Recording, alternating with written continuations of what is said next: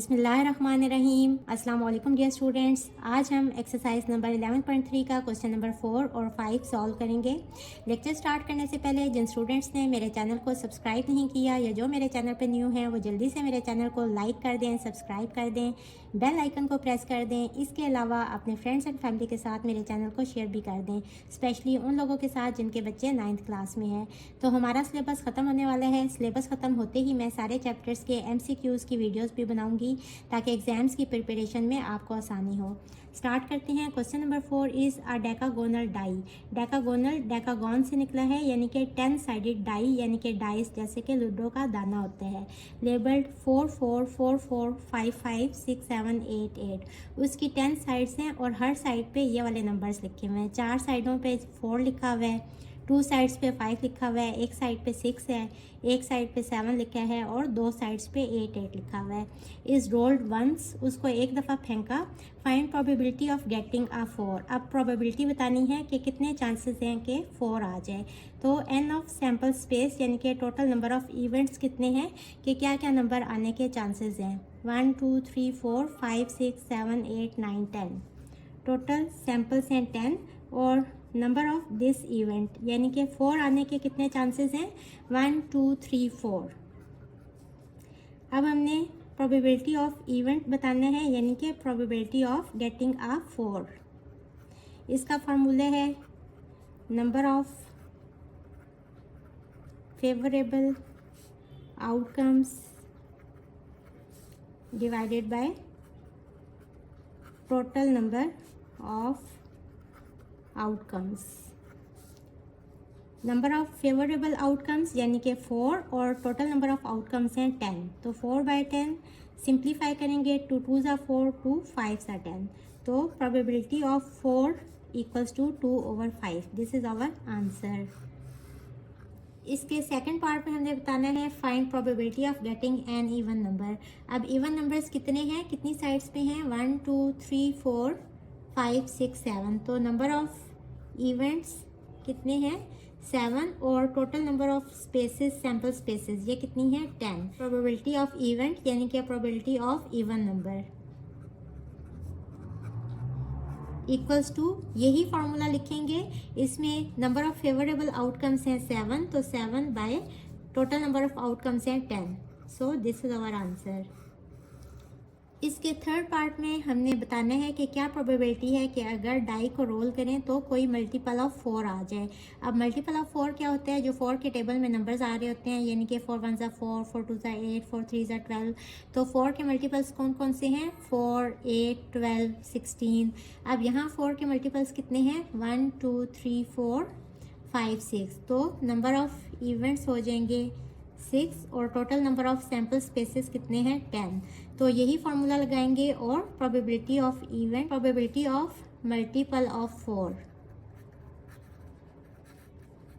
Equal हो जाएगा 6/10 के। So this is our answer. Next part में हमने बताना है find probability of getting not a 7, कि 7 ना आए। तो 7 ना आए, इसके अलावा क्या क्या नंबर आ सकते हैं, 1 2 3 4 5 6 7 8 9। तो नंबर ऑफ इवेंट्स होंगे 9 और total number of sample spaces है 10। तो प्रोबेबिलिटी ऑफ नॉट अ 7, ये वाला फार्मूला लगाएंगे। नंबर ऑफ फेवरेबल आउटकम्स है 9 और टोटल नंबर ऑफ आउटकम्स हैं 10। सो ये हमारा आंसर होगा।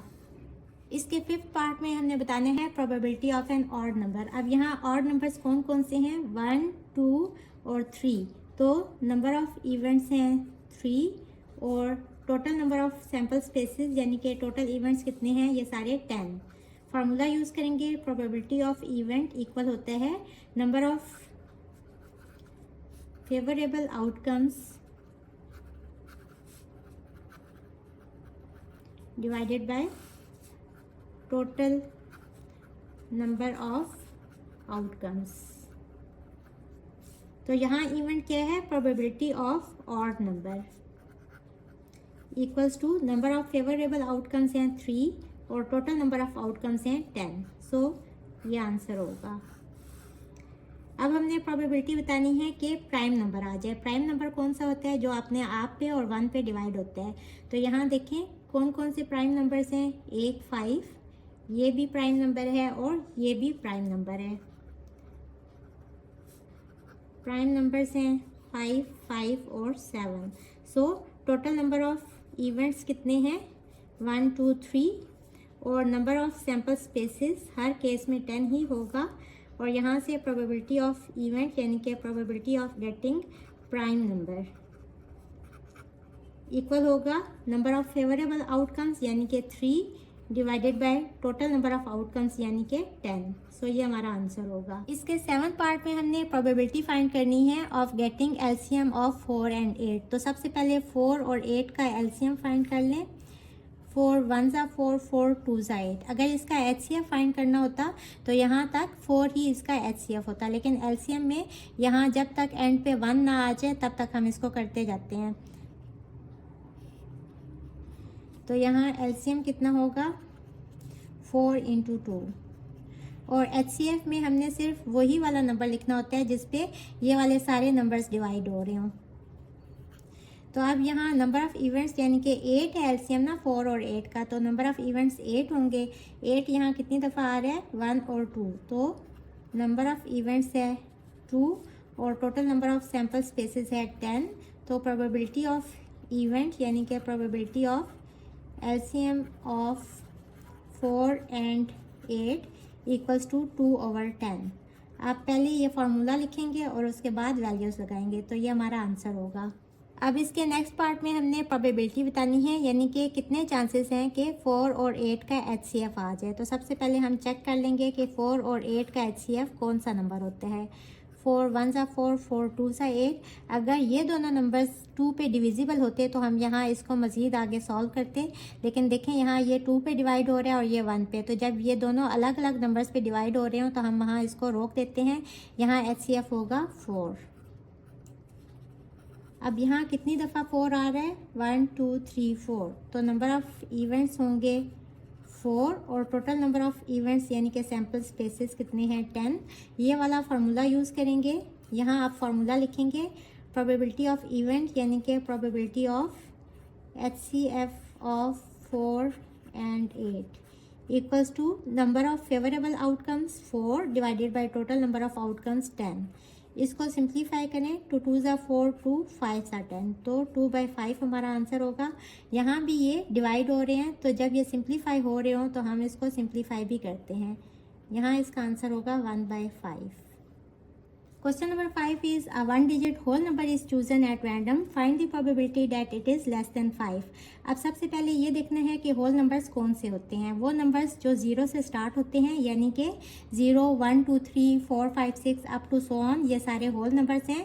और इस क्वेश्चन में कौन से वाले होल नंबर्स लेने हैं जो कि 1 डिजिट हों, यानी कि 0 1 2 3 4 5 6 7 8 9। अब यहाँ 10 क्यों नहीं लिया? क्योंकि 10 में 2 डिजिट्स हैं और हमने वही वाले होल नंबर्स लेने हैं जो कि 1 डिजिट हों। अब सपोज़ ये सारे होल नंबर्स अलग अलग चिट्स पे लिखे हुए हैं और ये सारी चिट्स बंद करके रखी हुई हैं। आपने इनमें से कोई एक चिट निकालनी है, यानी कि चूज़ करनी है। अब क्या प्रोबेबिलिटी है, यानी कितने चांसेस हैं कि जो चिट आपने निकाली है उस पर कोई ऐसा नंबर आए जो कि 5 से कम नंबर हो। तो 5 से कम वाले कितने नंबर्स हैं? 0 1 2 3 4, यानी कि टोटल नंबर ऑफ़ इवेंट्स हैं 5। 1 2 3 4 5 यहाँ तक। और total number of sample spaces कितने हैं? 1 2 3 4 5 6 7 8 9 10। तो प्रोबेबिलिटी ऑफ इवेंट यानी कि probability of less than 5 equal होगा number of favourable outcomes divided by total number of outcomes equals to 5/10। Simplify करेंगे। 5 1 ज़ा 5, 5 2 ज़ा 10, तो आंसर इज़ 1/2। इसके सेकंड पार्ट में हमने प्रोबेबिलिटी बतानी है कि अगर आप चिट निकाल रहे हैं तो कितने चांसेस हैं कि कोई ऐसा नंबर आ जाए जिस पे 10 से बड़ा नंबर हो। अब हमने 2 डिजिट नंबर तो लिए ही नहीं थे, तो यहाँ ग्रेटर देन 10 कोई भी नंबर नहीं है, यानी कि नंबर ऑफ़ इवेंट्स इक्वल होगा 0 के और number of sample spaces equal है 10। तो प्रोबेबिलिटी ऑफ इवेंट यानी कि probability of greater than 10 equal होगा नंबर ऑफ फेवरेबल आउटकम्स यानी कि 0 divided by total number of outcomes यानी कि 10 विच इज इक्वल्स टू 0। इसके थर्ड पार्ट में हमने प्रोबेबिलिटी फाइंड करनी है of not the largest one digit. तो लार्जेस्ट वन डिजिट है 9, इसके अलावा कितने डिजिट्स हैं यानी कि number of events equals to 1 2 3 4 5 6 7 8 9 और टोटल नंबर ऑफ डिजिट्स यानी कि नंबर ऑफ सैम्पल स्पेसेस हैं 10 के। तो यहाँ प्रोबेबिलिटी ऑफ इवेंट्स का फार्मूला लगाएंगे यानी probability of not the largest one digit. आप यहाँ फार्मूला भी लिखेंगे number of favourable outcomes divided by total number of outcomes. तो ये आ जाएगा 9/10। So this is our answer. इसके नेक्स्ट पार्ट में प्रोबेबिलिटी फाइंड करनी है of additive identity of whole numbers. अब एडिटिव आइडेंटिटी क्या होती है? ऐसा नंबर जो किसी भी नंबर में ऐड हो जाए तो वही नंबर इटसेल्फ आ जाए, यानी कि 0 एडिटिव आइडेंटिटी होते हैं और यहाँ 0 कितनी दफ़ा आ रहा है? सिर्फ एक दफ़ा। तो नंबर ऑफ इवेंट्स यहाँ होंगे 1 और total number of sample spaces हैं 10। तो probability of additive identity of whole numbers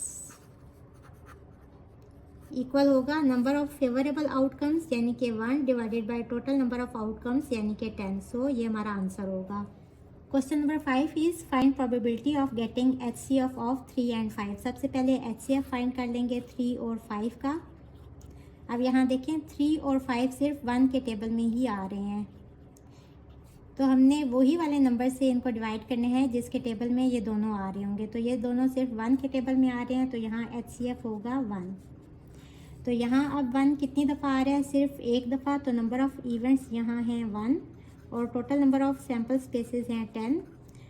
probability का फार्मूला लगाएंगे, नंबर ऑफ फेवरेबल आउटकम्स हैं 1 divided by total number of outcomes हैं 10। So this is our answer. इसके नेक्स्ट पार्ट में हमने probability find करनी है of multiplicative identity of whole numbers. अब मल्टीप्लिकेटिव आइडेंटिटी क्या होती है? जैसा कि नाम से जाहिर है, ऐसा नंबर जिसको किसी भी और नंबर के साथ मल्टीप्लाई करें तो नंबर चेंज ना हो, वही वाला नंबर आ जाए, उसको मल्टीप्लिकेटिव आइडेंटिटी कहते हैं। तो मल्टीप्लिकेटिव आइडेंटिटी कौन सी होती है? 1। तो यहाँ 1 कितनी दफ़ा आ रहा है? सिर्फ एक दफ़ा। तो नंबर ऑफ़ इवेंट्स यहाँ होंगे 1 और total number of sample spaces हैं 10। तो प्रोबेबिलिटी ऑफ इवेंट यानी आप लिखेंगे probability of multiplicative identity of whole numbers equals to number of favourable outcomes 1 divided by total number of outcomes 10। So ये हमारा आंसर होगा। क्वेश्चन नंबर 5 के 7th part में हमने प्रोबेबिलिटी फाइंड करनी है of not a prime number. अब सबसे पहले ये देखें कि प्राइम नंबर्स कौन से होते हैं। वो नंबर्स जो अपने और 1 पे डिवाइड होते हैं वो प्राइम नंबर्स होते हैं, यानी कि इनके 2 नंबर्स होने चाहिए जिन पे ये डिवाइड हो रहे हों। तो यहाँ प्राइम नंबर्स हैं 2 3 5 और 7, but 1 is neither a prime nor a composite number. Composite number कौन सा होता है? जो कि अपने और 1 के अलावा किसी और नंबर पे भी डिवाइड हो रहा होता है, जैसे कि 4। अब ये 1 और अपने अलावा 2 पे भी डिवाइड हो रहा है, तो ये कॉम्पोजिट नंबर है। अब 1 प्राइम नंबर क्यों नहीं है? क्योंकि ये सिर्फ 1 पे ही डिवाइड हो रहा है, इसके एटलीस्ट 2 डिवाइडर्स होने चाहिए, इसलिए ये प्राइम नंबर्स की कैटेगरी में नहीं आता। तो हमने नॉट अ प्राइम नंबर्स देखने हैं कि वो कौन कौन से हैं, यानी इन नंबर्स के अलावा 2 3 5 और 7 के अलावा बाकी नंबर्स को काउंट कर लें। 1 2 3 4 5 6। तो नंबर ऑफ़ इवेंट्स हैं 6 और total number of sample spaces हैं 10। तो प्रोबेबिलिटी ऑफ इवेंट यानी probability of not a prime number आप लिखेंगे equals to number of favourable outcomes यानी कि 6 divided by total number of outcomes यानी कि 10। सिंप्लीफाई करेंगे 2 3 ज़ा 6 2 5 ज़ा 10। तो probability of this event equal आ जाएगा 3/5 के। नेक्स्ट पार्ट में हमने प्रोबेबिलिटी बतानी है ऑफ फैक्टर्स ऑफ 9। सबसे पहले 9 के फैक्टर्स बना लें, यानी कि 9 किस किस के टेबल में आते हैं? 1 × 9 और 3 × 3। तो 9 के फैक्टर्स हैं 1 3 और 9। तो इसमें से कौन कौन से यहाँ आ रहे हैं?